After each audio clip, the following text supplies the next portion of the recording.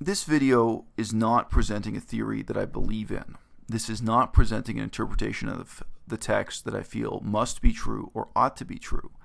It's discussing a possibility that's placed within the text that George might or might not choose to act on. So now I have to insert a sort of caveat. If you don't know, George's writing of the A Song of Ice and Fire series is in large part improvised. He made a decision as an artist at an early stage that he was not going to fully script out or fully plan these books, that he was going to make up as he went along many fundamental aspects of the plot. Now, people knew that for decades, or years and years and years. He had commented on it in interviews. He had written about it in articles or in blogs. But nevertheless, people were shocked when there was a leaked version of an early plan for the books, the original proposal that went to the publishing company, that seemed to reflect a totally different scheme, totally different concept of what the books would be, including, most shockingly, you may have heard this, the plans at that stage included plans for a romance between Jon Snow and Arya Stark. Now, when you know that, and you go back and look at Book 1 as it was printed in its final form, you can still see bits and pieces of that plan for the plot. You can still see some echoes, some foreshadowing that there could have been a romance between Jon Snow and Arya when Arya got a few years older, whatever. That was part of the plan for the book. Now, when you're done being grossed out, what you have to recognize is, throughout all of the books, there is foreshadowing that, in a sense, foreshadows nothing, because they reflect ideas that the author picked up, played with for a while, and then set down, decided not to act on. Now, I'm not saying this as a complaint. I actually do not think it weakens A Song of Ice and Fire as a work of literature. I think what it means is that as a reader, you encounter a lot of ideas that are set down in the text and presented to you simply as ideas for your interest. And you cannot look at them as if they're bricks in a wall, as if they're supporting an edifice in some strictly logical way that follows a kind of boring plot pattern that has a beginning, a middle, and an end. If you really believe that, then it's an absurd example, but it's a real one. You have to look at Jon Snow's relationship with Arya in Book 1 as foreshadowing something, which we all know now is never going to happen. There's a lot of foreshadowing for different possible explanations for Jon Snow's parentage. I think it's quite possible that one of the reasons why you have multiple competing possibilities is that George himself hadn't decided entirely what direction he might want to take it in. Now, yes, it's also true from the reader's perspective. It's there so there are multiple possibilities just to entertain you. There are just different ideas to pique your interest. That's completely true. Objectively, as a reader, that's true. But subjectively, for the author in that creative process, which he has been honest with us about, he's also all the time setting up interesting ideas that he can later play with in the plot, or he can choose not to play with. One of the possibilities right now that people are excited about, because the television show plot has moved faster than the book plot, it has always been possible that Cersei had a first child before the 3 children that we see on the TV show, that she had a first child that survived and was raised in secret and could re-enter the plot. And then it was also possible that her secret child is Gendry, who we know, as a young adult on the TV show. I guess he's a teenager in the books. But on the TV show, he's like a fully grown man, because whatever, that's how they cast it. But in the books, he's a young blacksmith. Okay, that possibility was definitely put in the text by George R.R. Martin. When he put it there, I don't think he had an absolute firm notion of what he would do with it. He put some kind of provocative, vague suggestions into the text, and I think, again, just based on his own statement about his creative process, he could take it in one direction or another. Now, when I was talking about this with my teacher here in China, I remember she was completely shocked at that. When I said, "Oh, yeah, but it's quite possible that Gendry is actually the son of Cersei Lannister, that his biological mother is Cersei Lannister," she was shocked. She was totally, totally shocked. And I said, yeah, both in the book and in the TV show, if you pay really close attention, that possibility is actually established. But that's all it is. It's a possibility, and the author may not act on it. And when he first, put those pieces on the board, he may not have had any firm idea of what he wanted to do with them. Okay? I under that heading, some people think this is crazy, but as a work of literature, A Song of Ice and Fire contains so much criticism of the basic assumptions, basic social beliefs of feudalism, such an attack on notions of bloodline as well as notions of justice. So many of the fundamental beliefs that hold together a feudal society are held up to scorn and contempt and ridicule and satire and questioning by George Martin, by the author. It is really possible that we will have a complex story presented to us about Jon Snow, but then we will find out that the babies were switched at one point in the story, and that somewhere else, somewhere unknown to us as readers, there's a white-haired baby growing up, as a miller's son or on a farm doing some normal job. Somewhere else there's the other Jon Snow, and the Jon Snow we've known in this plot doesn't have any connection by bloodline to House Targaryen. We thought he did, but they switched the babies. Now, if you've read the books, there is foreshadowing for that possibility, because there is so much talk about switching babies, and Jon Snow himself finds himself in a political situation in which he chooses to secretly switch two babies. There are several other plot lines involving babies being switched. So would I come on here and say to you that I know for a fact, or that I think it must be the case, that Jon Snow as a baby was switched? No, that's ridiculous. I would say not only is it impossible for me to know that based on text, I don't think George Martin, writing in the style that he writes, using the creative process, I don't think he would have known himself. I think George set up that possibility, and it's one of many possibilities that, again, they're there for the reader to enjoy as different ideas, and they're also, in a sense, there for him to enjoy, because to a remarkable extent, he's making it up as he goes along. There is an improvised character to these books. Some people get uncomfortable or get defensive when you talk about that. I don't think there's any reason to be defensive about it. That is part of the style of this remarkable work of literature. Okay? Barbrey Dustin tells us a number of things that actually force us to reevaluate the whole plot, the whole basic family scenario for House Stark. I'm going to make things simpler, I'm going to refer to Ned Stark's older brother just as his older brother, because some people watching this will be very confused if I use names. But on the TV show, it's not really clear to you. Ned Stark was not supposed to inherit power. He was not supposed to inherit political authority. He only inherited it because his older brother died an unexpected and untimely death. A violent, gruesome death. And if you're reading the books or even if you're watching the TV show, early on, if you're reading in a critical way and you have an appreciation for how critical the author's mind is, George R.R. Martin's mind, you start wondering, why does everyone pretend that Ned Stark is such a great guy? Why is he this paragon of virtue? He seems okay, but he seems human. He doesn't seem like the greatest ruler or political figure in the land. And pretty soon, we see him making mistakes, making the wrong decisions, making questionable political decisions. Even the execution that we see at the very start of the books, the iconic execution that, Bran and the other children witness, there are questions. Ned Stark doesn't seem to the reader this paragon of virtue. But I think in reading it in order, you start to figure out early on, okay, so Ned is seen as a paragon of virtue compared to people like Joffrey. Ned is seen as a paragon of virtue compared to House Bolton. There are these other houses that seem remarkably dark and evil and dubious, and now we start to see, okay, Ned, who's already died in the plot by this point when you're really getting this evidence, okay, so it's not that Ned is the greatest ruler or the greatest political figure. It's not that Ned had a perfect sense of justice, but he was better than the alternatives.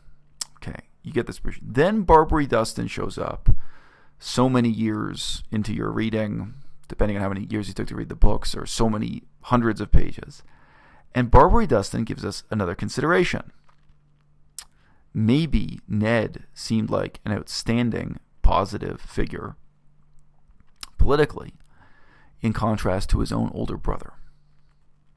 Right? So Ned's older brother, who would have become the ruler if he hadn't died in ludicrous, surreal circumstances. Not even worth describing here if you guys don't know. Most people watching this video already know the story. Some of you do, some of you don't.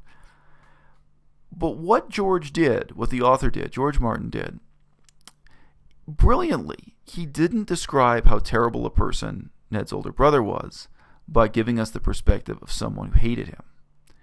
Instead, he lets us figure out how terrible this older brother was from the perspective of someone who loved him and someone who still carries a torch for him, namely Barbrey Dustin. That is brilliant writing. That is a brilliant choice. And even more striking, he has her delivering this monologue, he has Barbrey Dustin explaining this to someone who doesn't question her in any way. It's, it's Theon Greyjoy, but it's Theon when he's really in a very mentally broken state. He's not going to cross-examine her or call her a hypocrite or anything else. Theon is almost mute in listening to this monologue. He says a few things. So this is brilliant, and I think some people may pass the scene by without realizing its gravity and its significance for the plot. Rape is a significant theme throughout all these books. The fear of rape in war, the significance of rape in peacetime, the way rape shapes and reshapes the feudal alliances and marriages, and the way rape fits into the ethics of knightly valor, the difference between a knight and a soldier, the difference between being civilized and being barbaric. Rape is a really significant theme. Okay? What Barbrey Dustin tells us, with no ambiguity, was that Ned Stark's older brother was a serial rapist.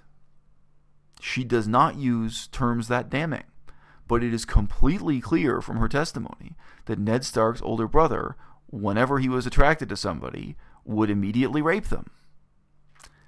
And this is very serious. Now, this links to another major plot thread that some of you may not know about, but some of you have known about for years. The fact that Robb Stark's father was not Ned, but was Ned's older brother. Once you know what Barbrey Dustin has told you, then you can go back and look at Catelyn Tully's plotline. Catelyn Tully, who becomes Catelyn Stark, who becomes Lady Stoneheart. So the mother of most of the Stark children. It's very clear that Catelyn had sex with Ned's older brother prior to having sex with Ned. And for all kinds of reasons, it's not that surprising. If you go through, the arrangements to be married and then the arrangements had to be changed, it's not surprising. But it's completely clear that prior to legally marrying her, Ned's older brother, raped this young woman, or she didn't have a choice in the matter, the same way Ned's older brother raped Barbrey Dustin. And then you go back and you can look at exactly what Catelyn says when she's looking at her children, when she's looking at Robb in contrast to her other kids. And, she says these kids look like Ned and this kid looks like its father. Some of the wording is very carefully chosen by George just to leave that possibility. It may never be acted on. The books may end without another word ever being said about Catelyn Tully's love life, prior to her marriage with Ned or otherwise. The door may never be closed on it. Those pieces may have been put on the chessboard so that, as he was writing the books, George had the possibility. It's there as a provocative idea. It's there as an interesting idea for the reader. It's stimulating. But it may go nowhere. It may be foreshadowing nothing. And it also may have foreshadowed a plot that was abandoned. Right? Because in the earlier drafts of the book, Catelyn was supposed to go north of the wall. Right? She was supposed to go up to the far north and fight the others and die. That's in the earlier draft that got leaked. So all kinds of very, very different ideas for the plot have been entertained by George, and a lot of them have been abandoned. So the fact that these things are there doesn't mean they matter for what happens next in the plot. But they still matter as ideas. They still matter thematically. Okay? So Barbrey Dustin lays down what should be the shocking revelation that Ned Stark's older brother was really a terrible human being.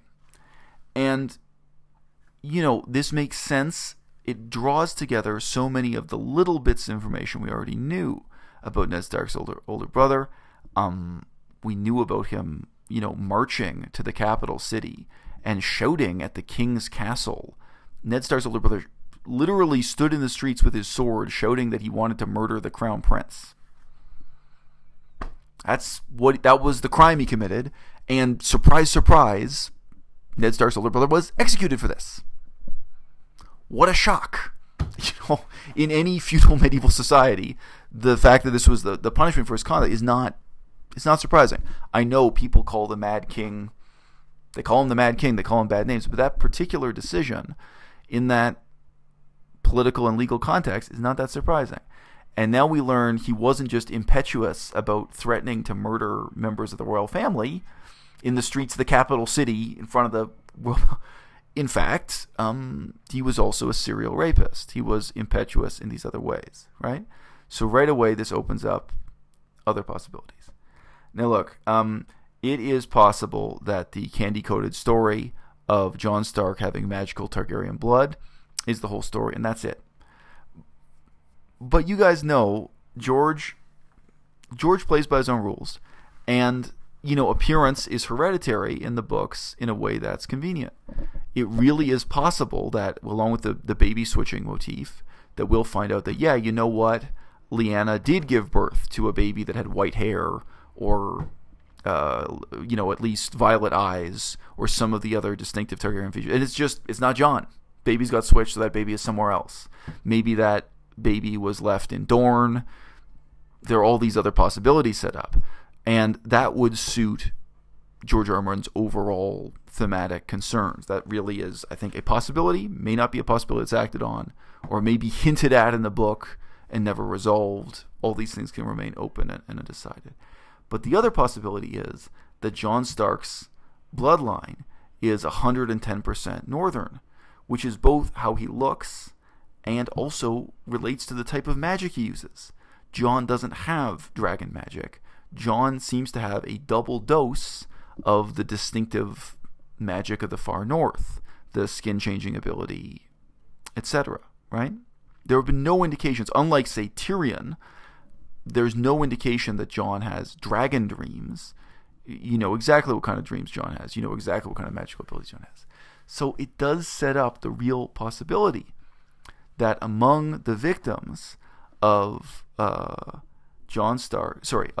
among the victims of Eddard Stark's older brother, who we now know to be a violent serial rapist, and we know this from the perspective of Barbrey Dustin, it is possible that among his victims was Lyanna Stark.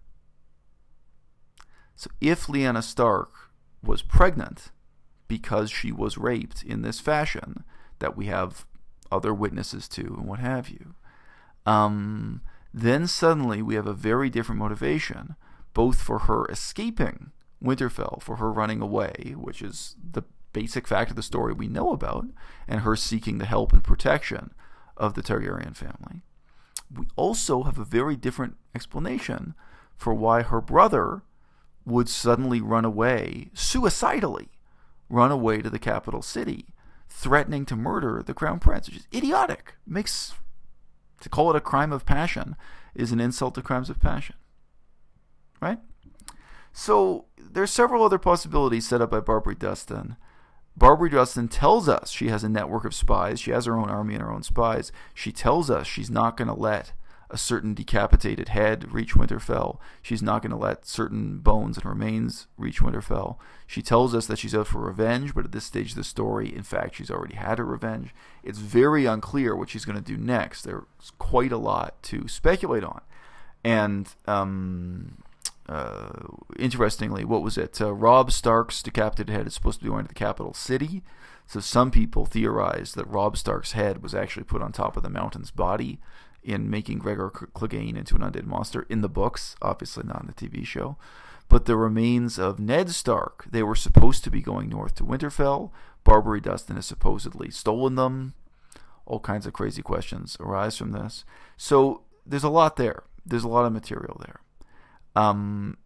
Again, my point in this video is not to say I have the correct interpretation, nobody else does. I think that George sets up myriad possibilities very intentionally to make the books more intellectually stimulating, and to make his own creative process more rewarding.